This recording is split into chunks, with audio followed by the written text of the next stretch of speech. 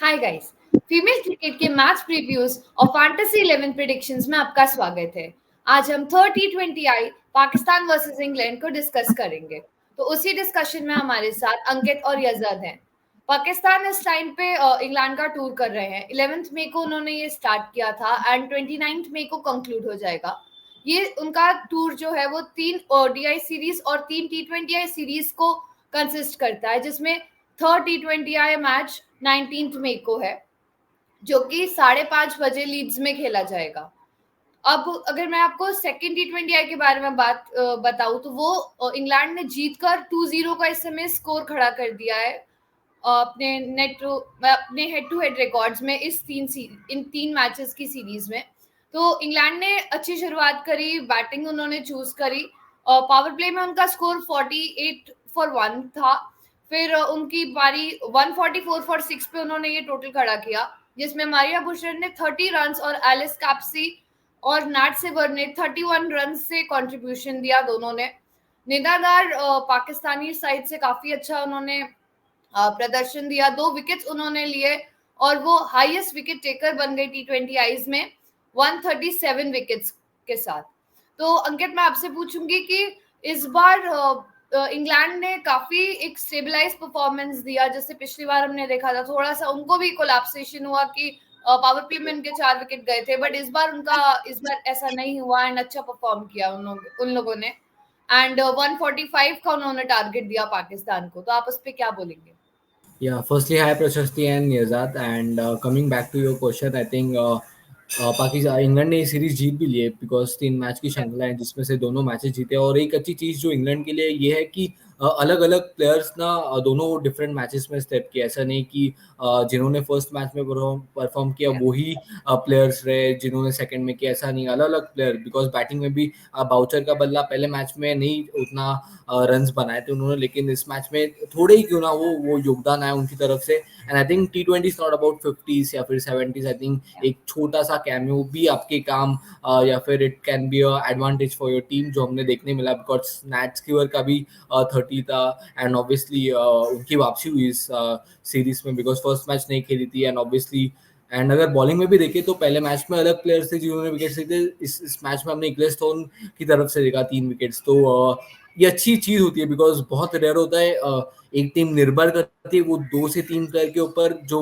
Through out the series अच्छा करने के। लेकिन I think England has 4 to 5 players या फिर आप उससे ज्यादा भी पकड़ सकते हो, 6 to 7 players for that matter, जिन्होंने स्टेप किया है। And they will look to do the same thing, maybe some more other player जिनका ये सीरीज अभी तक अच्छा नहीं गया, कि they step up in the third match and it can be a whitewash, जो बहुत बुरी चीज होगी आई थिंक पाकिस्तान टीम के लिए। या पाकिस्तान का तो ऐसा सिचुएशन रहा है कि उन्होंने वेस्ट इंडीज के खिलाफ भी उनको व्हाइट वॉश ही फेस करना पड़ा।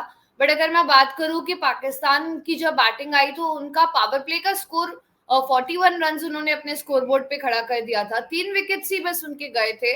बट वही हुआ जैसा हमेशा पाकिस्तान का अभी तक सीरीज चलता आ रहा है, वो एक कोलैप्स, बैटिंग कोलैप्स उनका एक नाइटमेयर मैं कहूंगी कि वो फिर से आया एंड 79 पे ऑल आउट हो गए। वो एक उनका कोलैप्स हम जो कई बार देख चुके हैं, फ्रीक्वेंट हो रहा है, तो वो उस चीज पे उनको वर्क करना चाहिए था, बट वो सेम चीज हुई एंड फाइनली इंग्लैंड को 65 रन से वो विक्ट्री अपने नाम उन्होंने दर्ज करी, जिसमें सोफिया किल्स्टन ने 3 विकेट्स लिए।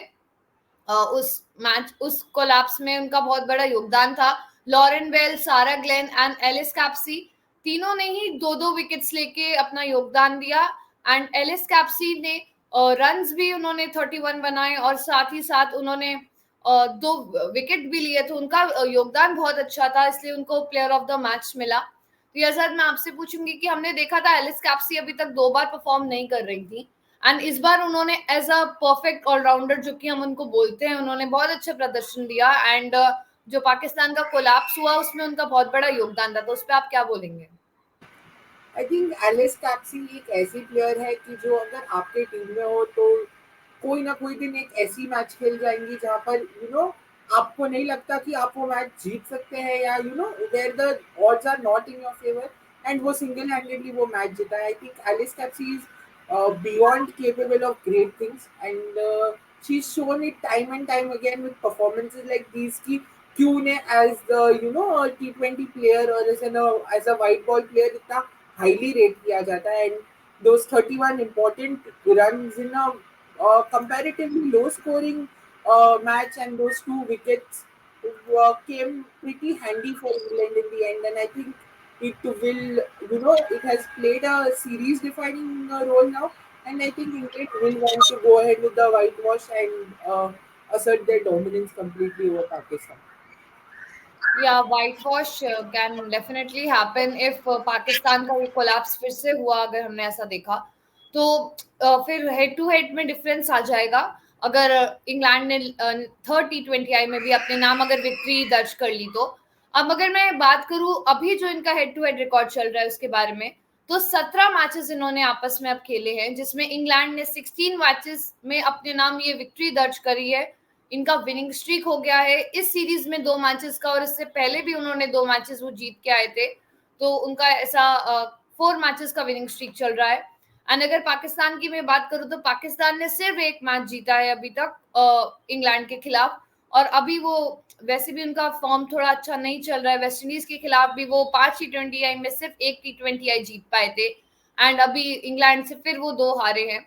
तो काफी इनका नेक्स्ट मैच देखने को हो सकता है कि पाकिस्तान का जो कमबैक हम बात करते हैं वो अब आएगा, क्योंकि अब आपको वर्ल्ड कप के बारे में सोचना है जो कि बांग्लादेश में होगा अक्टूबर में।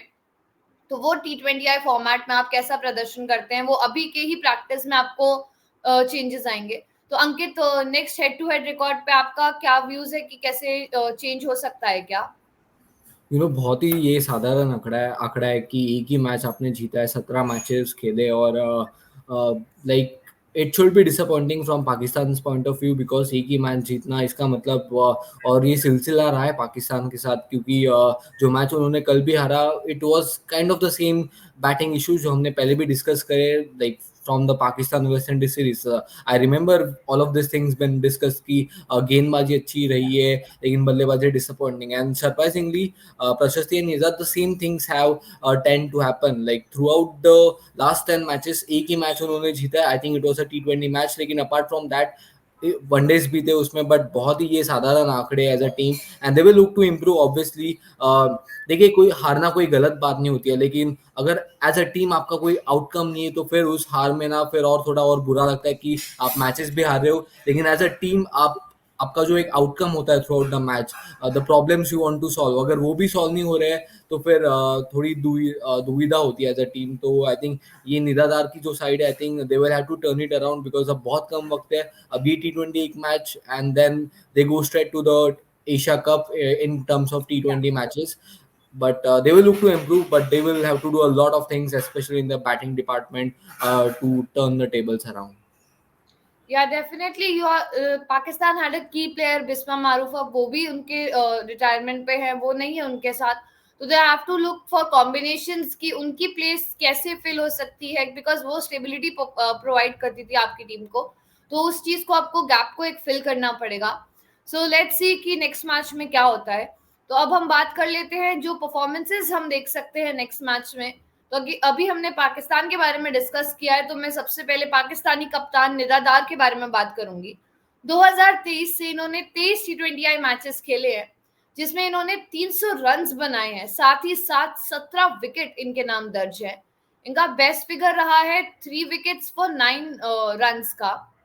तो निरादार एज अ कैप्टन काफी अच्छी परफॉर्मर है, एक ऑलराउंडर अच्छी है, उन्होंने पिछली बार 2 विकेट्स लिए थे। तो यजाद, आपकी क्या राय होगी निरादार के नेक्स्ट कमिंग परफॉर्मेंस पर? बिल्कुल, काफी अनुभवी खिलाड़ी है, जैसा कि हमने देखा है अभी। आई थिंक 148 का आंकड़ा है शायद उनके T20 मैचेस का, अगर मैं if I am not mistaken, and she is all set to play 150th game definitely in the Asia cup. And हमने देखा है over the years she is provided those quality breakthroughs, and she is bowled with great control. और वो जो हमें चाहिए होता है कोई भी टीम में कि अगर आप विकेट नहीं ले पा रहे हो, एक एंड से प्रेशर बनाओ, विकेट अपने आप दूसरे एंड से गिरेगा। And definitely holds true even in the shortest format of the game, and even if she is not getting wickets on the odd day, I think she's very capable and successful in building up that pressure। और हमने देखा है she is bowled pretty well throughout this series अभी तक, and Pakistan point of view से वही hopes हो गए कि she carries her bowling form into the next match, into the Asia Cup and extend it into the World Cup. And I think from a Pakistani perspective, वो एक सबसे vital player है currently with the experience that she has and the retirement of Bisma Maruf. I think she has to be the most vital player in the Pakistani lineup right now. Yeah I do agree with you कि batting से भी she performs brilliantly and bowling से भी उन्होंने काफी अच्छा प्रदर्शन दिया है। तो एक कंप्लीट पैकेज है वो पाकिस्तानी टीम के लिए कि बहुत अच्छा इनपुट दे पाती हैं एंड अपनी टीम को वो प्रोवाइड कर पाती हैं कि हम कुछ कर सकते हैं। अभी भी हमें वो चीज है कि ठीक है कोलैप्स हो रहे हैं but still we are getting through it and हम और विकेट्स ले सकते हैं। अभी विकेट्स की बात करिए तो उनका साथ जैसे कि पाकिस्तानी बहुत बेहतरीन बॉलर है फातिमा सना, मैं उनके बारे में बात करूंगी। 2023 से उन्होंने 16 T20I मैचेस खेले जिसमें उन्होंने 16 विकेट अपने नाम दर्ज किए हैं। इनका बेस्ट फिगर रहा है 3 विकेट्स 18 रन देकर इन्होंने बनाया था। तो अंकित, आपका फातिमा सना का की रोल पे क्या विचार होगा? अभी तक गेंदबाजी में इनका क्रूशल योगदान है बिकॉज हालांकि पिछले मैच में 2 ही ओवर डाले थे जिसमें 10 रन कंसीड किए थे, लेकिन मेरे हिसाब से अब फतिमा सना द बॉलर से ज़्यादा फतिमा सना द बैटर की ज़्यादा ज़रूरत है पाकिस्तान की टीम को, क्योंकि बल्लेबाजी में ही तो इश्यूज है। आई थिंक गेंदबाजी समाउ I think they have done well, like even West Indies series में गेंदबाजी अच्छी थी इनकी खुद की अच्छी थी, बट बल्लेबाजी आई थिंक वहां पे खास करके ये जिस नंबर पे आती है ना वहां पे मैच फिनिशिंग करने का एक रोल बहुत क्रूशल हो जाता है, जो आई थिंक मुझे लग रहा है कि इनको निभाना पड़ेगा एंड मैचेस फिनिश करना आलिया रियाज के साथ and all I think with निरादार। सो ये 2-3 प्लेयर्स के साथ आपको मैचेस फिनिश करना पड़ेगा बिकॉज जो बल्लेबाजी में कमजोरी है ना उसके चलते जिस मैच में आपके बॉलर्स ने अच्छा किया है वो मैचेस भी आप हार रहे हो, और आप पिछले 9 मैचेस जो हारे हो ना उसमें से 6-7 तो आपके 6-7 मैचेस में बॉलर्स ने अच्छा किया। So that's one thing I think where the Pakistan batting unit will look to improve, especially Fatima. या the Pakistani batting unit should definitely look कि हमारे क्या फॉल्ट्स है एंड उस चीज को वो ओवरकम करें because it is high time that you should focus on your batting because bowling से आप अच्छा प्रदर्शन दे रहे हो। आप इंग्लैंड जैसी टीम को हमने देखा पिछले ही मैच में उन्होंने 4 विकेट्स पावर प्ले में लिए, इस बार भी उन्होंने उनको 1 विकेट उनके ओपनर का लिया। तो काफी दबदबा रहा है पाकिस्तानी बॉलिंग का, बट बैटिंग में उनका काफी वीक पॉइंट हमने नोटिस किया है।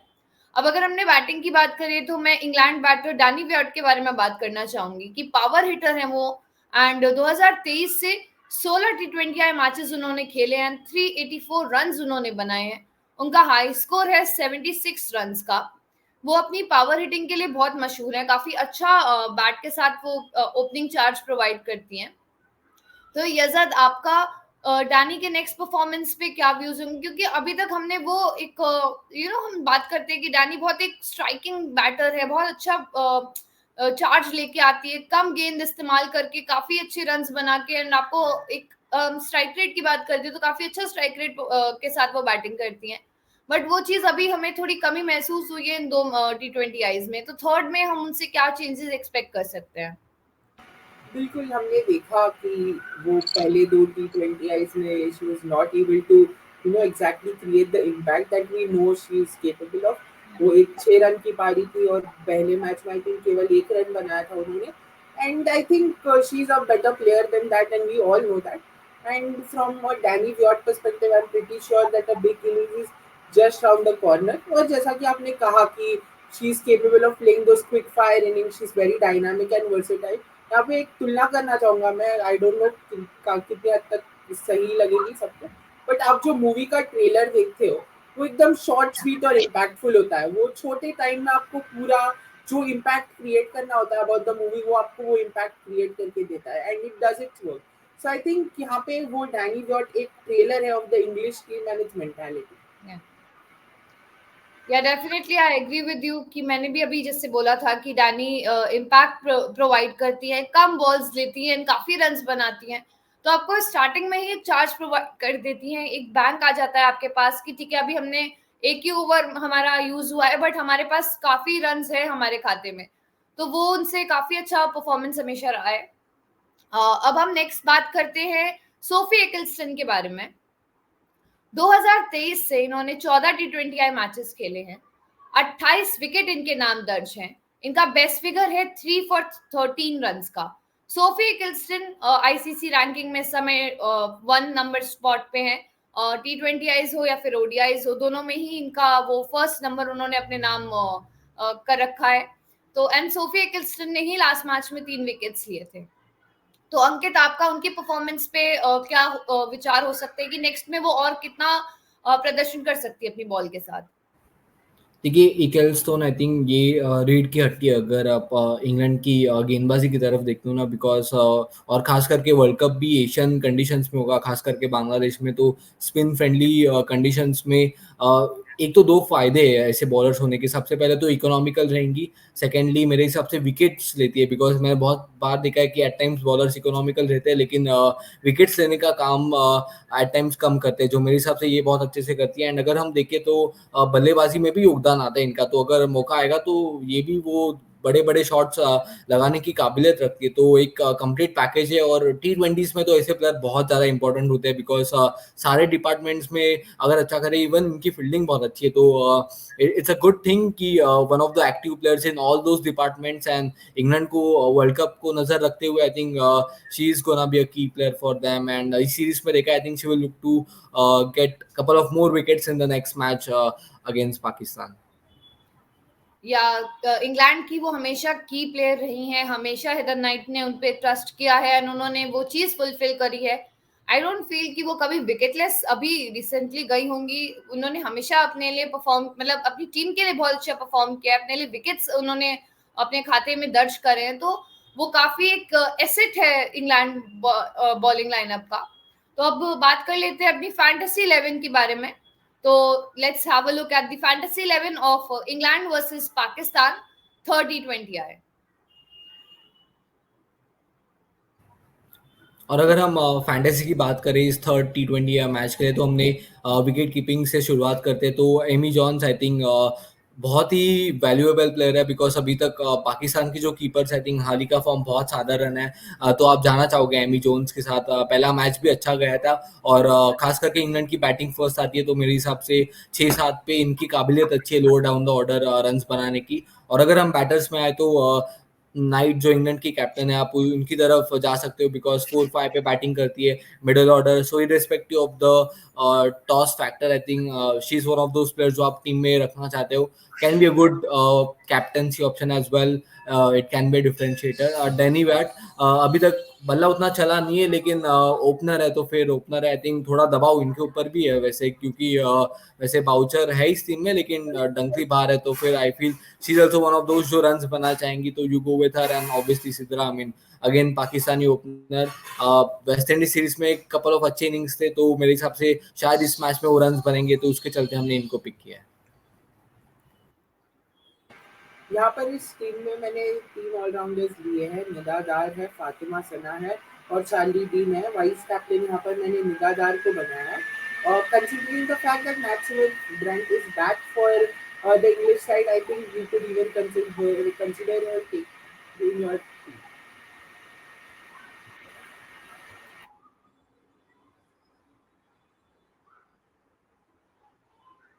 बॉलर्स की अगर मैं बात करूं तो बॉलर्स में मैंने 3 England players and 1 Pakistani side से लिया है। मैंने सोफी एकिल्स्टन, जिनकी अभी हमने बात करी थी कि बहुत अच्छी लेफ्ट आर्म स्पिनर है एंड आईसीसी रैंकिंग नंबर 1 पे स्टैंड कर रही है। उन्होंने पिछले ही मैच में 3 विकेट्स लिए थे, तो काफी अच्छी परफॉर्मर है, तो हम उनको चूज कर सकते हैं। उनको मैंने अपना कैप्टन भी बनाया है।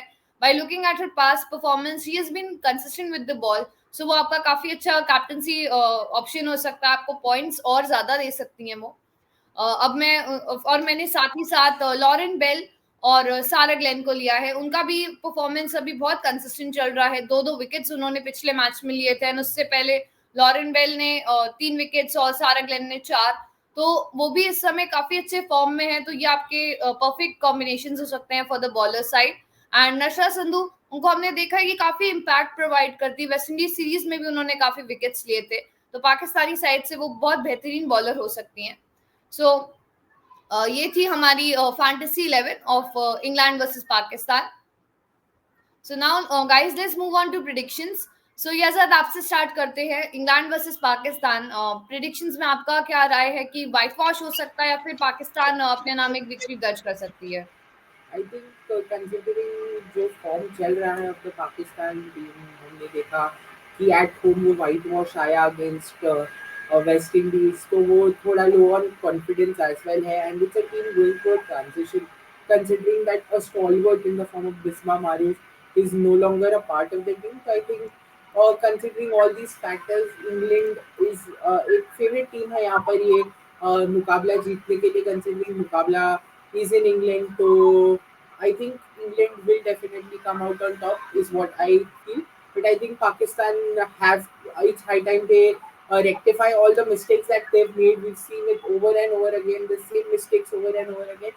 एंड वो एक जैसा कि अंकित ने कहा कि आप अपनी मिस्टेक से लर्न नहीं कर रहे हो, तो that is not pardonable in modern cricket. आप अगर देखो तो आप मिस्टेक्स करो, that is okay, everyone makes mistakes, but as long as you are learning from those mistakes, that is all right. So I think it is high time Pakistan works on those mistakes and starts performing.